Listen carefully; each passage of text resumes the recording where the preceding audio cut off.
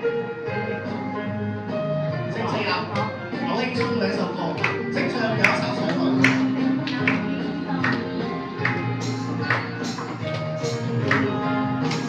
問我歡呼聲有幾多？問我悲聲有幾多？我如何能夠一一去數清楚？問我點解會高興？究竟點解要付出？我笑住回答，講一聲我係我。無論我有百般對，或者千般錯，全心去承受結果。面對世界一切，哪怕會如何，全心保存真的我。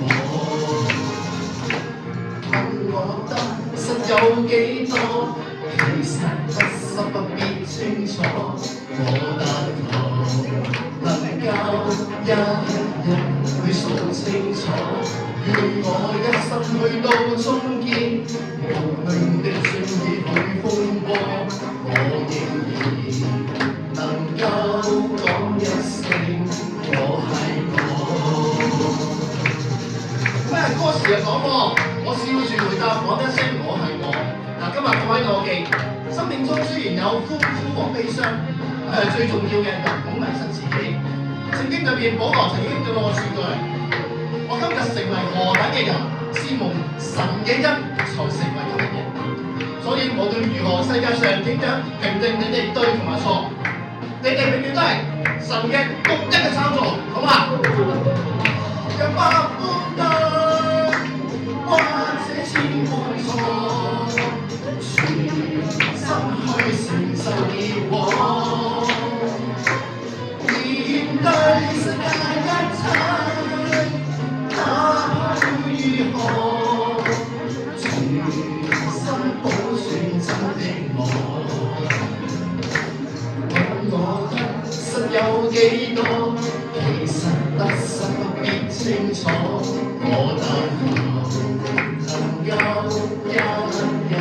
去數清楚，願我一生到終結，無論的終結去風波，我仍然能夠講一聲我係我，笑住回答講一聲我係我，笑住回答講一聲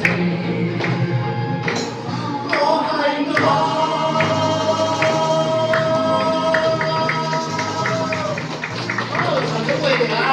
好啦，我哋咧就3個禮拜過年喎，3個禮拜之後咧，又唔知咩事啊嘛，喂，提早同大